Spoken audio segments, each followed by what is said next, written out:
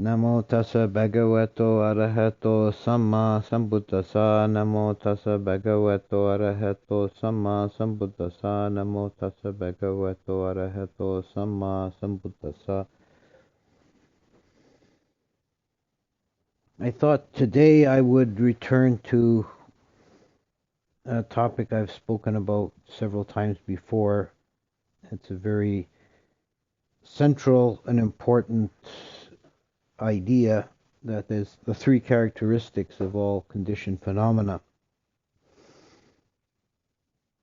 And of course, as you know, the three characteristics are dukkha, anicca, anatta, and they represent characteristics that are inherent in every conditioned object. So the only thing that's not included is nibbana. Everything else is marked by the three characteristics, or more literally, it's the three marks, the lakkhana. And as is usual with the Buddha's approach, the Buddha's way of teaching, the main purpose for expounding these three characteristics was not to make a metaphysical assertion about the nature of reality, but the purpose of the Buddha's teaching is always soteriological, that it is a way of viewing or holding the mind that tends towards a disengagement from samsaric becoming. If a person is viewing the world in the opposite terms, that is, in terms of the permanence, substantiality, and desirability or perfection of the objects, that's called the vipalasas, which means the hallucinations, perverse way of viewing the world, a wrong or incorrect way of viewing the world that leads in the end to our further ensnarement in samsara. There's a simile that the vipalasas are like a decoy set out by a hunter. The analogy given is that the hunters will find a clearing in the forest and build a deer out of sticks and twine and stick it in the middle of the clearing. And other deer will come along and say, here is a deer already here, not being bothered, this must be safe. And they come into the clearing and the hunters are hiding in the bush, and they shoot them with bows and arrows. And the deers come to their destruction by going after the decoy. And the simile is that the decoy is like the vipalasas, and the hunters are like Mara. That the decoy leads us to our destruction. The vipalasas lead us to the destruction of birth and death. It's a way of holding our perception of reality wrongly. Holding it rightly is viewing things through the lens of the three characteristics, because it's in accord with reality and because it tends or leads towards a disengagement from samsaric becoming. And these things, the lakkhana, they are intrinsic aspects of reality. They're not just a concept in our mind. The concept in our mind is either aligned with reality or not. And seeing the three characteristics is the way forward to liberation. This is the real practice of vipassana, This is clear seeing.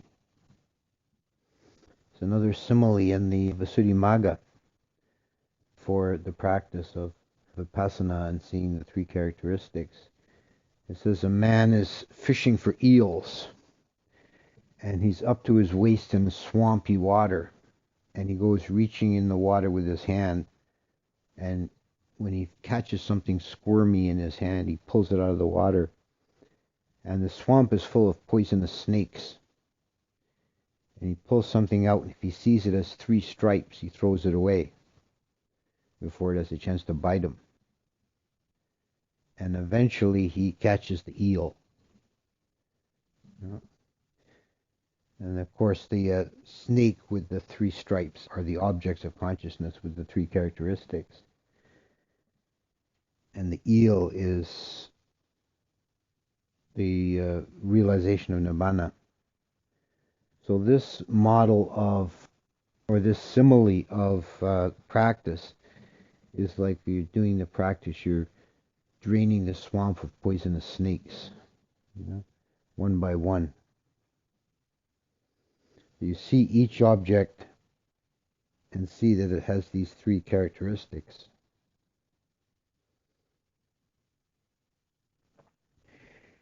And it's important that it's not just at the level of the intellect, that you're not just conceptualizing and imposing onto reality a concept, but that you're actually seeing clearly the intrinsic reality in these 3 aspects.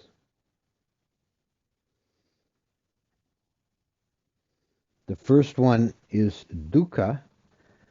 It's usually given as the first. And of course, dukkha has a very central place in the Buddhist teachings. The Four Noble Truths are all formulated around the concept of dukkha. Dukkha is, broadly speaking, it's the imperfection or unsatisfying nature of the objects.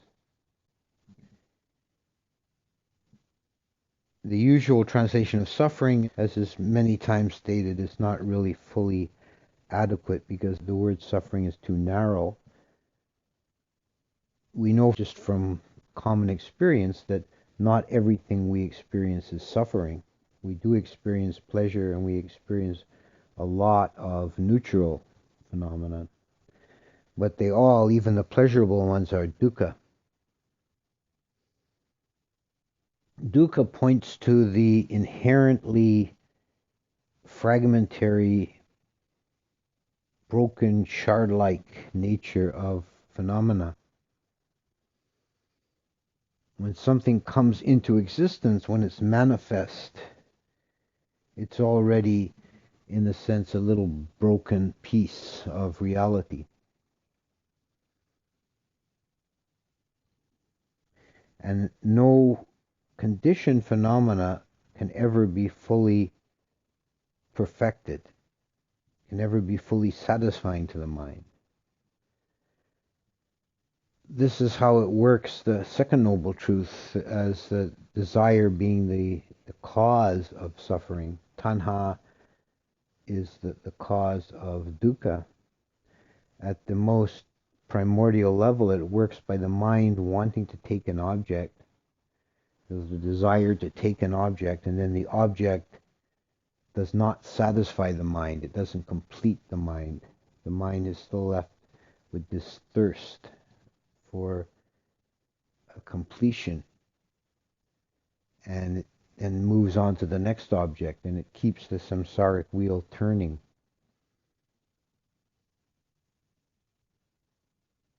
Dukkha is easy to see when it's in the form of suffering,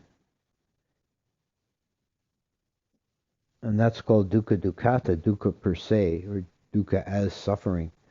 But it's trickier to see it in pleasure and in neutral phenomena.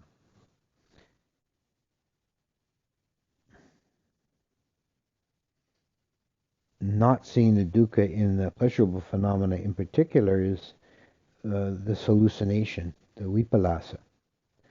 We become caught and snared, and it inevitably fails. The project of seeking perfection in conditioned objects inevitably fails. It can't possibly win, it can't possibly reach that state of completion or perfection within conditioned phenomena.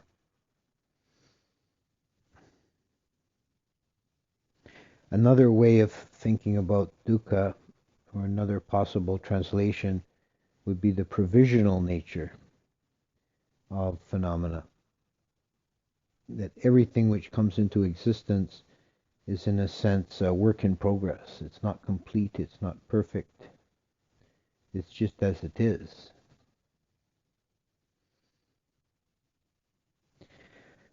And it's important to understand and to see that this is an intrinsic quality of the objects themselves. It's not something we impose on the objects with the mind.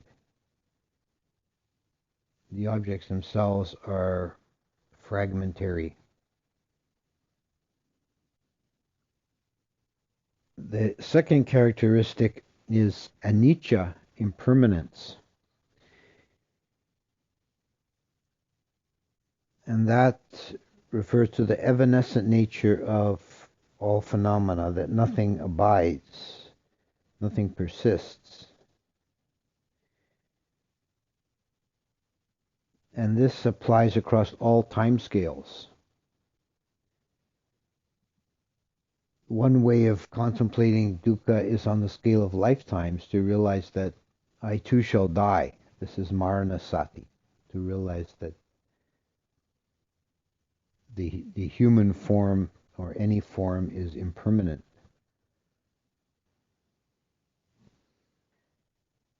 It can also be contemplated on very large time scales, and the Buddha makes this point in the Sutta of the Seven Sons, the Sattasurya Sutta, in the Anguttara Nikaya, where he takes what to the ancient Indian mind and worldview would have been the most permanent, stable thing in the universe, is Mount Sinnaru.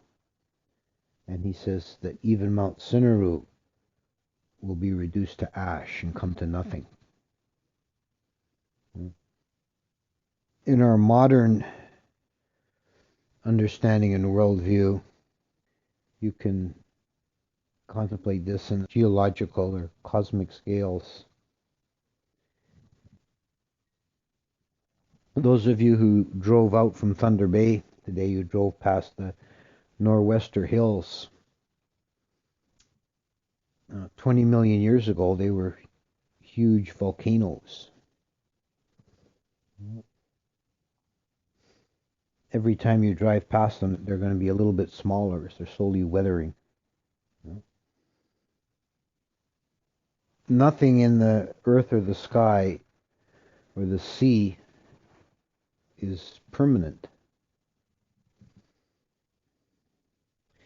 But the really most powerful and deepest way to contemplate anicca is on a momentary scale. That the nature of the individual phenomena, the dhammas that arise in the mind and in the body, are only in existence for a single instant.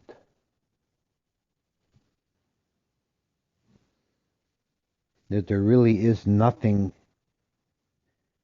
that persists, even for an instant. Moment by moment, everything's in a state of constant flux.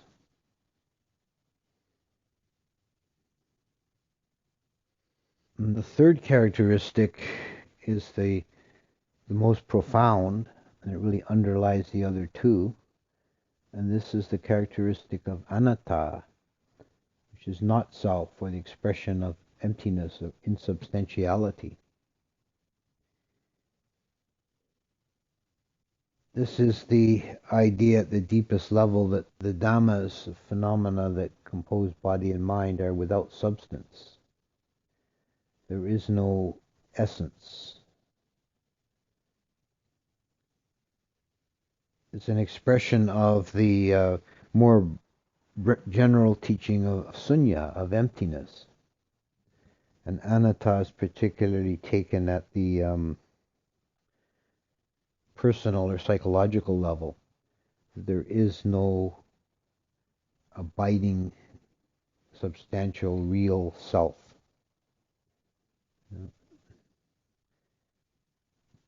The self only exists on a conventional or conceptual level. It's a kind of organizing principle. It's a way of organizing and making sense of our perceptions and our thoughts and feelings. But there's no actual self there.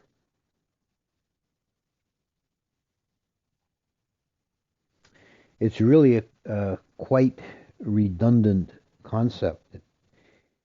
The idea of a self really has no explanatory value when you examine it.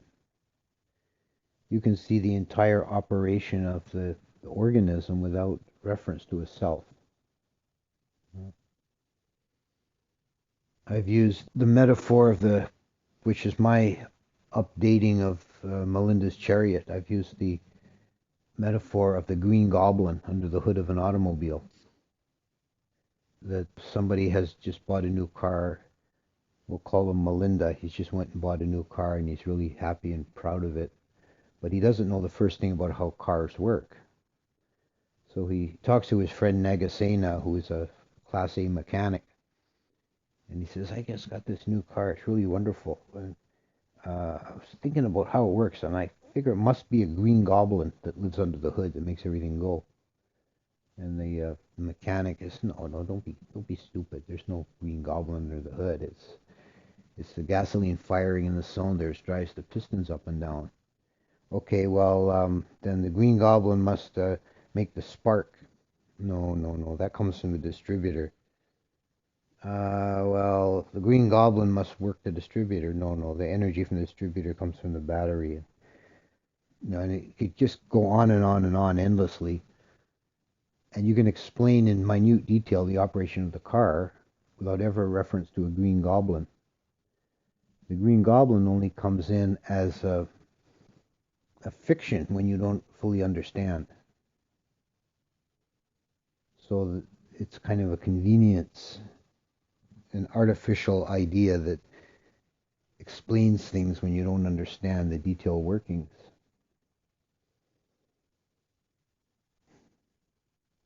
So this is why the Buddha gave the teaching of the aggregates, the 5 aggregates. So you look at body, feelings, perceptions, consciousness, and mental formations. You don't find anywhere a self.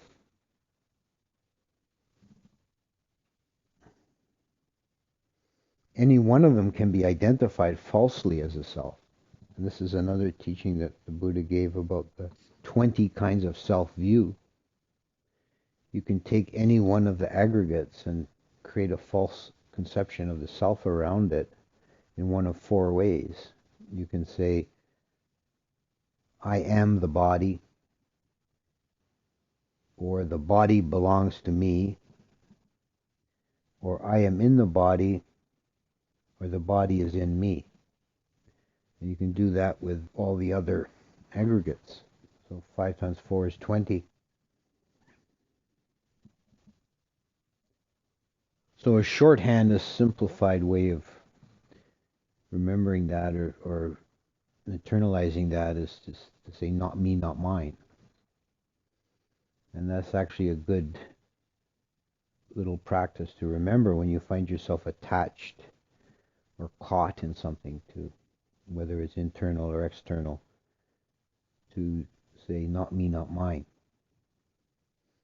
This too is not me, not mine. And exhaustively you go through all the snakes in the swamp. You don't find a me or mine anywhere. So these 3 characteristics,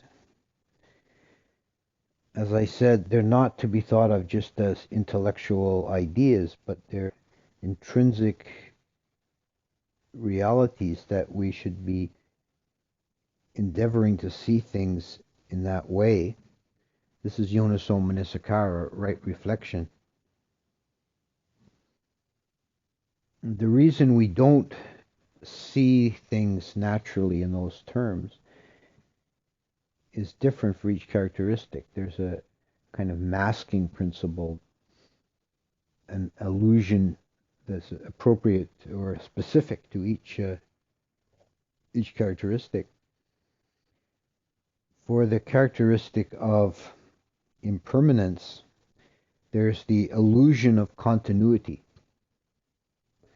Because the conditioned universe is inherently lawful, it follows cause and effect. Things don't arise randomly in a scattered way, but they follow on each other by cause and effect. This means that succeeding moments will usually resemble each other. So you have something like that seems very permanent, like the mountains, and you think that there's a continuity there. The mountain's always a permanent, solid thing. But actually it's just succeeding moments, dhammas arising and falling away. And as the Buddha said, and as our modern geology says, if you could see things on a long enough time scale, you would see the mountains coming into being and passing out of being.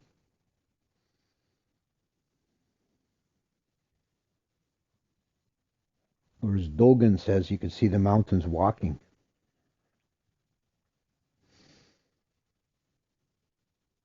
And this illusion of continuity creates a sense of permanence. And this also feeds into the illusion of a self, because there's this feeling, a sense of the continuity of a person,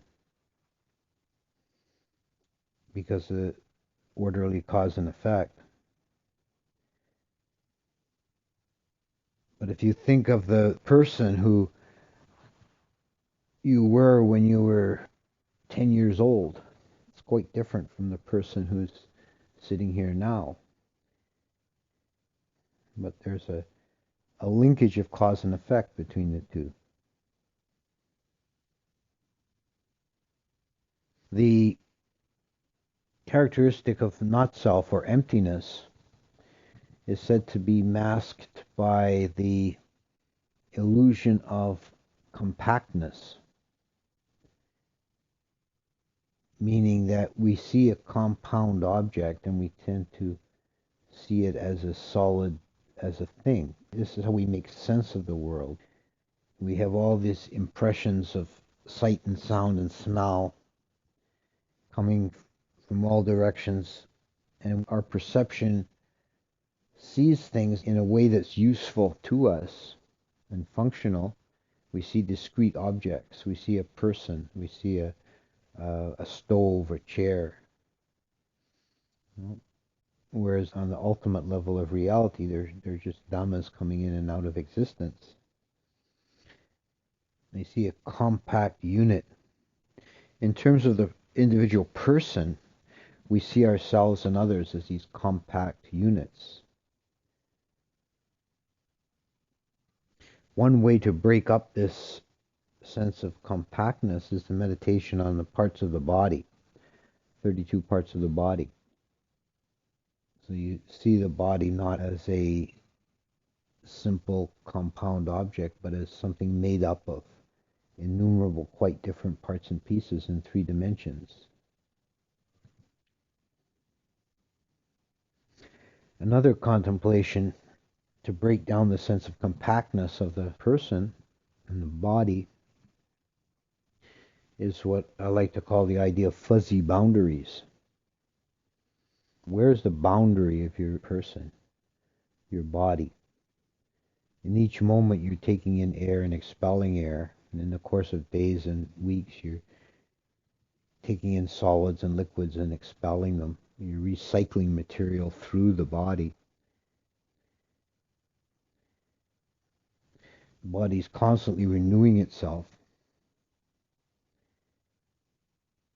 It's like a ripple in a stream. If you've got like a little whirlpool going in a creek, the spiral pattern of the whirlpool might persist for some hours or even days, but the individual molecules that make it up are constantly new. They're refreshed from the flow of the stream.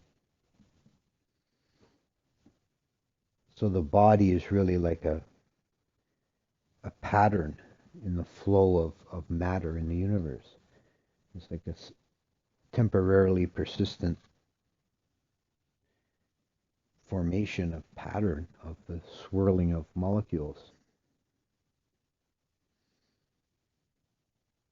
Also, something that's a little bit mind-blowing to contemplate, if you want to define the dimensions of your body, is to realize that the physical body generates an electromagnetic field. And electromagnetic fields propagate to infinity under the inverse square law, meaning they get increasingly attenuated from the source, but they theoretically never peter out completely. And they propagate at the speed of light. So if you're 50 years old, that would mean that your electromagnetic field reaches out 50 light years into space, cover several solar systems. And even after you're dead and gone, that field will continue to propagate outwards like a hollowed out donut. The characteristic of dukkha is masked by a different principle than the other two. The first two, anicca and anatta, the masking principle is something rather abstract and takes some explanation to grasp. But dukkha is very elementary and direct. Dukkha is masked by change of postures. And this has two levels of meaning. You take it quite literally as the dukkha in the body, the suffering in the body, is not seen or is masked by fidgeting. We shift our posture constantly, not to make an end of dukkha, but to shift it to a new constellation, because a change is as good as a rest. We don't notice it then for a few minutes.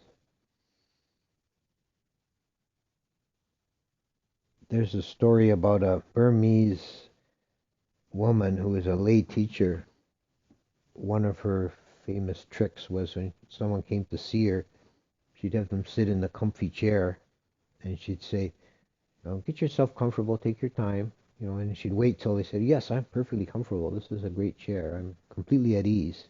And then she'd say, okay, now don't move a muscle. And then she'd start talking, and for most people wouldn't take 5 or 10 minutes. They'd be shifting and fidgeting. And she'd say, I thought you told me you were perfectly comfortable. Were you lying to me? She's making the point that your body is a constant mass of dukkha.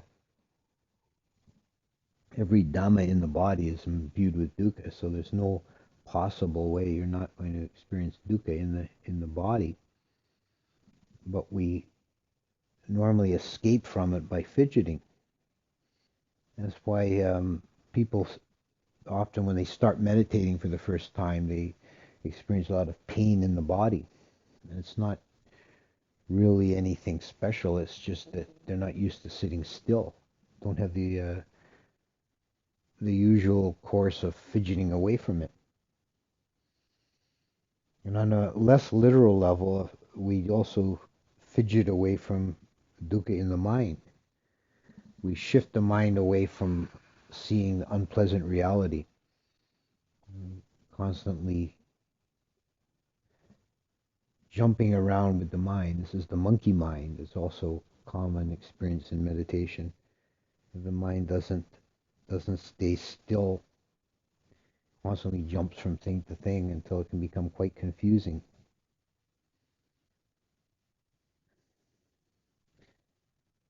And if we force the body and the mind to stay still, then we can see the inherent dukkha.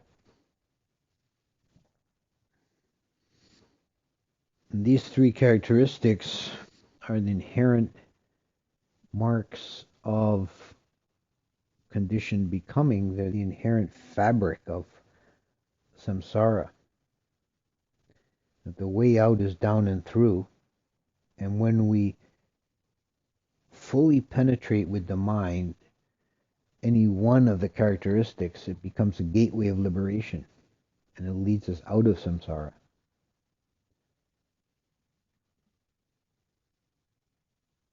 So there are three directions from which one can enter into the deathless state. If liberation is by way of impermanence, this is called the animita liberation, or the signless liberation. Nimitta is a mind-created object, and as a technical term in meditation, a nimitta is, in samatha meditation, it's when the object becomes extremely stable. You hold an object, it becomes a nimitta. But when there's this penetrating samadhi without a nimitta, because there's no sense of permanence or abidingness, this becomes the signless liberation. If one goes through the gate of dukkha, it's called being a body witness. Because we looked at how the dukkha is experienced in the body. The body here can also mean the mental body. Kaya is also used. Sometimes it refers to the physical body, and sometimes it refers to the mental body, that is the citasakas, or the aggregates, the objective aggregates. When we see the inherent dukkha in these things, and we're being a witness to it, we're seeing them in their true nature. The body and the mind seen in its true nature is a realization of dukkha, and through that we go beyond dukkha. And if the liberation is by way of a penetration of emptiness, of not self, this is called the void liberation. The entry into emptiness, shunyata. And this characteristic of emptiness, in the broadest sense, underlies the other two. And it's also more universal, because whereas anicca and dukkha apply only to conditioned phenomena, sankharas, anatta applies also to the unconditioned, to nibbana. Nibbana is also sunya, empty. So anatta is the most universal of the characteristics. If you are practicing with these, from time to time one or the other may become more evident. And this is fine, this is natural. All three are related, and they all have reflections into each other. In terms of practice, the way to see them is ultimately with vipassana, the clear seeing of each object that arises in the mind being seen without discrimination, without analysis, without picking and choosing, but just seeing each object in its own nature as it actually is.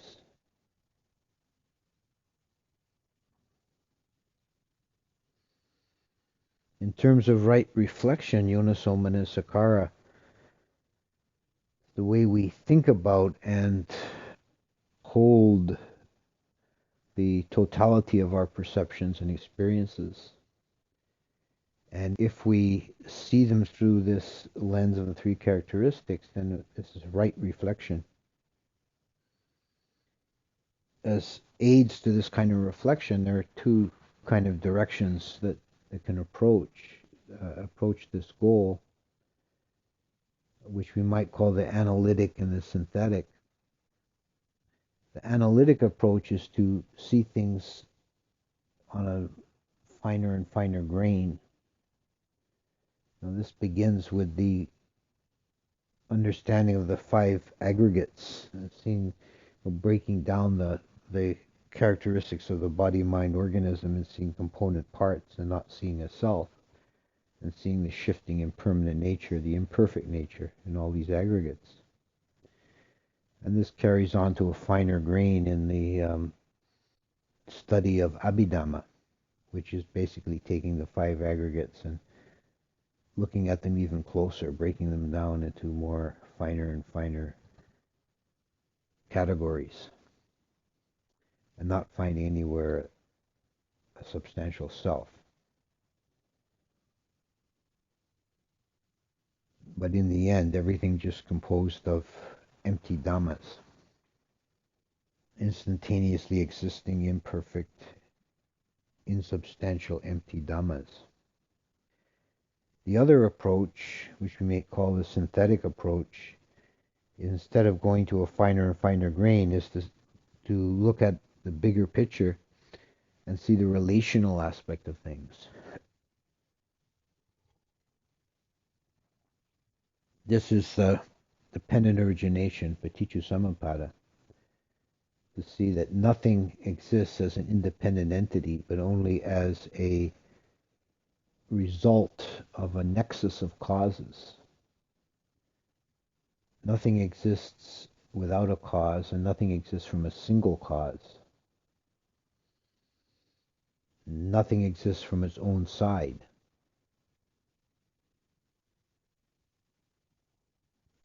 This approach is probably most thoroughly elaborated and taken on by the Huayan school of Buddhism in China, which like to see everything as a complex interdependent matrix, so that no point is independent, and the whole universe exists in a single particle.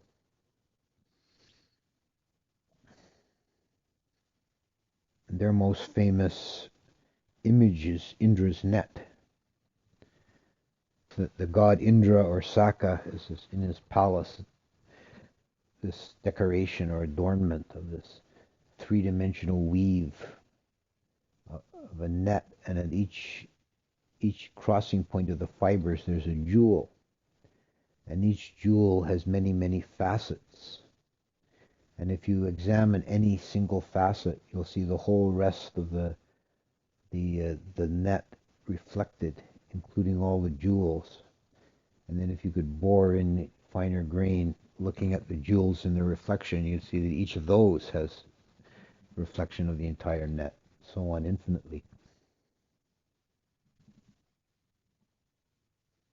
So the meaning of this is that no existent in the universe is really a substantial entity, whether it's internal or external.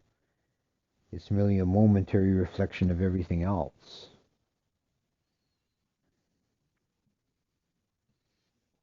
So just to sum up and conclude with the purpose of this teaching of the three characteristics is, as is all of the Buddhist teaching, is to liberate us from bondage to samsaric becoming, to see the way through and out. And this is done by fully understanding the nature of the condition. It allows us to disengage from it. The reason we're caught in the condition is because of the vipalasas, because of hallucination. That everything we experience in conditioned realm, it keeps us hooked by the twin factors of the opposite poles of fear and fascination. We're either running away or running towards these various multicolored objects. it's like a kaleidoscope. This is this children's toy of a telescope-like thing that you turn the dial and you see all these pretty mandala-like images. And if you took a kaleidoscope apart, you'd see it's pretty simple. There's just a few mirrors and a few bits of broken colored glass that float around inside. And it's like samsara has all these endless, fascinating or terrifying phenomena. But if you could break it up and look inside, they're just endless combinations of these three bits of colored glass. Dukkha, anicca, anatta, in different combinations. And when you can take the mind to the place of clear seeing, you can see each Dhamma as just that. Well, this isn't so fascinating. This isn't so terrifying. This is just dukkha, anicca, anatta. And that can begin to undermine the process and allow the mind to break free.